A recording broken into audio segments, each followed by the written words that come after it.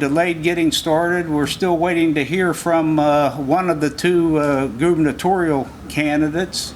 So I'm not sure we're going to, not alone not have a debate. We're probably not even going to have a forum unless Big Jim walks through the door while I'm talking or while Lieutenant Governor Bill Cole talks a little bit. I apologize for that, but it appears that we're going to have one candidate short of our keynote or featured presentation here this afternoon. But we're so pleased to have Senate President and our current Lieutenant Governor Bill Cole to join us here today. We really didn't have any set rules of engagement. We simply were going to allow each candidate to take about 15-20 minutes and talk about their vision, their plan for moving West Virginia forward. And we also characterized it as an opportunity to actually come to the Eastern Panhandle and speak personally and directly to the business and community leaders here about their plan and vision if they were to be so fortunate or lucky to become our next governor. So with that, we're going to afford 15 or 20 minutes to our current Senate President and Lieutenant Governor Bill Cole to address the group. And if Jim comes during Bill's remarks, we'll certainly afford him 15 or 20 minutes to talk about his vision or plans for the state and the Eastern Panhandle as well. I don't believe that Bill Cole's a stranger before this group. He's been here on multiple occasions.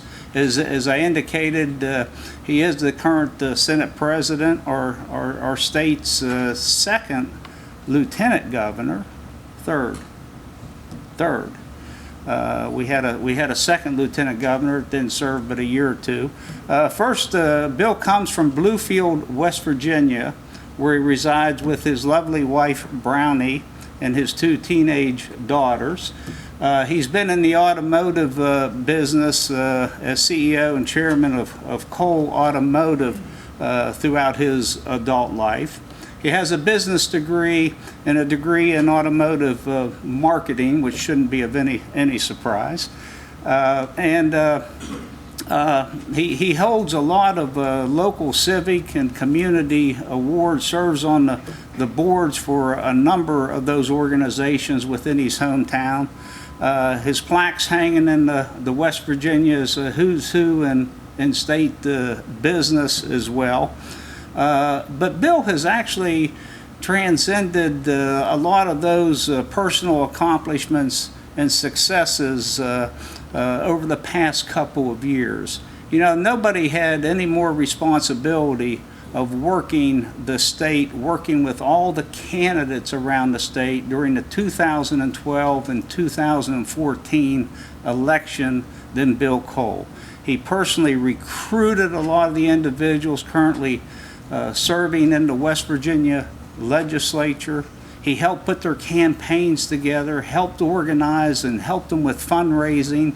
And Bill is personally credited with crusading the changes that were made here during the 2014 election. And they were truly historic in nature. You know, we elected the youngest, Craig Blair's lovely daughter, Sarah, youngest member ever to the West Virginia legislature. We converted both houses from Democrat to Republican. We elected all three of our Republican congressional representatives. We elected the first female U.S. senator in our state's history and first Republican to serve in that capacity for 60-some years. But the fun didn't start until Bill Cole was elected as president of the West Virginia State Senate. And boy, has he delivered for the business and industry community throughout the state and for all West Virginians. Again, as I said at the outset, I have over 30 years of a direct personal involvement with the West Virginia legislature, And I've heard about the last couple of legislative sessions being somewhat historic, the best we've had in a couple of decades. Larry Swan could probably attest to this, who was the former youngest member ever elected to the West Virginia legislature. But these two legislative sessions, when you look at the running list of issues and bills that were passed by the legislature, the complete reform of our legal and tort system, a complete reform of the body of law that has been so unprecedented here in the state of West Virginia. Right to work, prevailing wage, just one issue after the other to try to get our state's regulatory and legislative framework on par with our neighboring states so we can better and more effectively compete. And that's all a result of Bill Cole being at the controls of the West Virginia legislature over the past couple of years. Now, as a result of those successes, his opposition and challenger in the current gubernatorial election is trying to label him as a career politician. Bill Cole is finishing his first term as a senator in the West Virginia legislature, his very first term.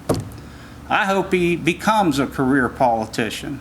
I hope he's our next governor of the state of West Virginia. But such a pleasure to have him here today and to be able to introduce him during this forum. So with that, I'm proud to present to you, and please join me in welcoming Senate President Bill Cole to the podium. Well, that might have been interesting if the other guy had showed up, huh? All right, listen, I came up to talk to Chris early on, and I said, Chris, the other guy's not going to show up, so I'm not going to talk for 40 minutes, though I can.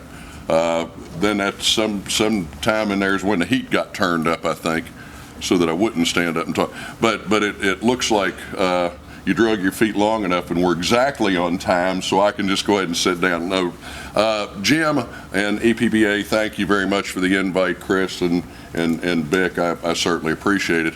I thought Jim did a great job at the outset, laying out exactly what we've been doing for the last 2 years in the legislature and some work on what we still need to do. Our great Attorney General Patrick Morrissey did a great job of saying what we need to do in the executive branch, and then Chris, you just capped it off a minute ago, so I really don't have much to say. But I'll tell you what, I'll say it quickly. In the last 2 years, under Republican leadership, and listen, you know, when I talk about party,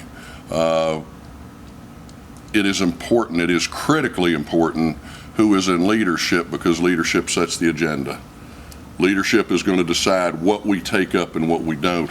But you know, beyond that, I'm quick to recognize a good idea for what it is. I don't care if it's a Democrat idea, a Republican idea. If it does something to move West Virginia forward, then we need to embrace it and move it forward. But it is critical who is controlling that agenda.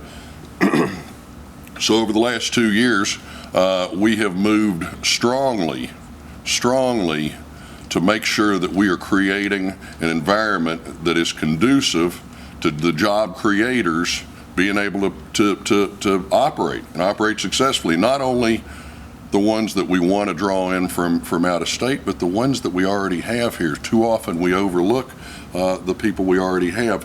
So we have passed the legal reforms that, you know, I think Patrick mentioned the judicial hellholes list. Well, perception does become reality, and businesses that would seek to grow or expand do look at things like that. And we came off that list. West Virginia, by the way, had the distinction of being on that list every single year, the only state to ever be on that list every single year since its inception. And we just came off last December. So I'm proud of that. What we've also started to see is insurance rates falling, not only for property and casualty for businesses, but homeowners and car insurance going down. And that's a deliverable. That's deliverable to every citizen in this state. And the reason is these insurance companies all of a sudden have a much more fair and predictable legal outcome. So it isn't the jackpot justice days of the past. We've gone to work heavily on regulatory reform. West Virginia on Forbes' list 2 months ago fell from 48th to 50th in most regulated states.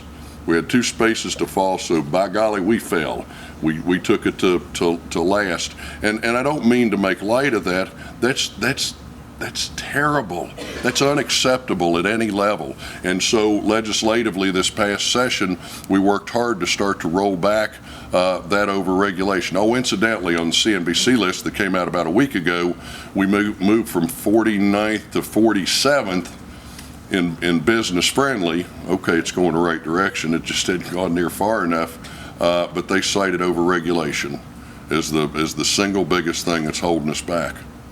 So legislatively, we attacked it, and we attacked it hard, and we did a lot. But it is one of the big reasons that I want to be your next governor, because it takes an executive, it takes the leader of the state to actually get government out of the way, or more importantly, get government doing what its job should be, which is serving the citizens of the state, not overregulating them. We have 230 boards and commissions in our state. The average state, I believe, has about 90. 70 of the 230 haven't met in 3 years. And yet, what does a board or a commission do when it gets together? It makes rules and it raises fees. And to me, we got enough rules and we got enough fees in this state, and we need to roll them back. It's fun. I enjoy coming to the Eastern Panhandle, and I do come here quite often, and I do understand the feeling that you have up here that you're disconnected from the rest of the state, or particularly from Charleston. The Northern Panhandle also feels that way, and I'm from Bluefield, and we've always said that the state line stops at Beckley, which is between Bluefield and Charleston. And of course, that's because Byrd and Ray Hall were from there. So I get it. I understand that feeling of disconnect, but let me tell you this. When I come up here, I am so encouraged by the positive things that are going on here. Excuse me. Macy's, the Procter & Gamble thing, the businesses that are going to come here, locate here, the support businesses are going to be incredible. You guys are in for thank you, a growth spurt like no other. So what's the job of state government? And what's our responsibility to the Eastern Panhandle? Well, I'll tell you what, where it's going good, we better double down. We better make sure that we're helping in every way we can, whether it's infrastructure needs, education needs, everything that it is that we can do, we need to double down. Listen, you I don't know, at the horse track, I don't know, you say you ride your horse, but you ride your best horse. And right now, I'm so impressed with what's going on here and North Central as well. Of course, as we go across the rest of the state, that isn't the problem. We don't have many job opportunities. West Virginia is the only state in the nation to ever fall below 50% workforce participation. That's the amount of able-bodied, of-age citizens that are working. Adults work 48%. That's not sustainable. We can't continue down that track. We have to put our people back to work, and we have to put them back to work with good paying jobs, and that needs to be statewide. We have fought hard for our coal industry that Chris represents, and the Coal Association fought hard for our natural gas. But what the important message is that we fight hard to finally diversify our economy. We lived on the backs of coal for years and years and years. The coffers were full. There was no pressure. The state had plenty of money. The counties had plenty of money, and all that truly was on the backs of a coal industry that was rocking. And of course, if you want to mine West Virginia coal, you're only going to do it in West Virginia. So we managed to run all the other businesses out of the state, basically. I mean, you look at the chemical industry in Charleston. Look at what Charleston once was, or go up to Wheeling and see what's going on up there. So we ran it out with a bunch of business unfriendly practices, and it's high time we turn that around. So jobs are critical. But as quick as, I mean, you have job opportunities left and right up here, and you're coming up short, I dare say, in trying to fill all those. So what else do we have to do? Well, we have to make sure we're delivering a product out of our school system that's ready to take those job opportunities on. And right now we failed our kids miserably. We invest 21st in dollars per student, and we get a 48th place student achievement. There's no business manager, there's no coach, there's nobody like that would ever have a job if that were their numbers. We have to turn that around, and we will turn that around in West Virginia. It's critical, but it's time that we put the emphasis back where the emphasis belongs, not on an overbloated bureaucracy out of Charleston, 630 people that don't do anything to deliver directly in education, but we need to focus on our student, our product, our kids, on the teachers, the classrooms, where the action takes place. I understand you have pay issues here because of where you're located, and we need to address that, but we need to address the pay issue with all our teachers. I mean, we got a kid graduating from WVU, they can go to work for $10,000 more. If they go to PA or Ohio, where are they going to go? They're not coming home to West Virginia. We have to change that. I won't dig deep into education, but I think a critical piece is a Read by Third initiative. You learn to read up until the third grade, and then you read to learn after the third grade. If we socially promote a kid out of the third grade that can't read, we'll graduate a functional illiterate sometime later, and that'll be somebody that'll never enter the workforce, that'll always be on the dole, quite frankly. We can't fail our kids. In the first place, we got to catch it is third grade. We need computer coding classes. I mean, let's get real about what we're doing. Everybody doesn't go to college. Everybody's not cut out to go to college. Everybody can't afford to go to college. I think we've spent a long time thinking that it was just automatic. Kids got to go to college. But I tell you what have we skipped? We've skipped a whole generation of the trade skills. We need to get back to VOTEC, to teaching these young men and women a marketable skill. Whether they come out of high school or go to a 2-year technical college, the opportunities abound. And I mean, poor kid graduating from college right now, 4-year degree,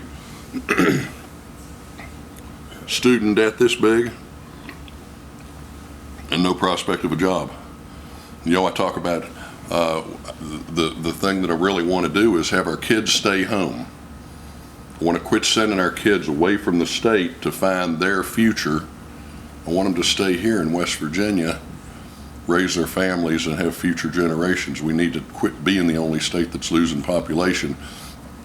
But when I talk about our kids staying home, I don't mean the ones that are graduating from college with a degree and no job that are coming home to live. That's not the coming home that I want out of them. But computer coding classes in high school, there's a program we're working on right now in Charleston with Microsoft that teaches these classes and these certifications that these kids can get as long as they have a high-speed broadband connection. They have a marketable skill. They can go to work for somebody somewhere in the world sitting right at their own home if they simply have that certificate that says they passed that class. And these are things that we can deliver through high school. I try hard to bring common sense. I'm a businessman. I've been in business all my life. And I try and bring common sense approach to operation of state government. Now, you don't hear those two words in the same breath very often, but we got to start doing it that way.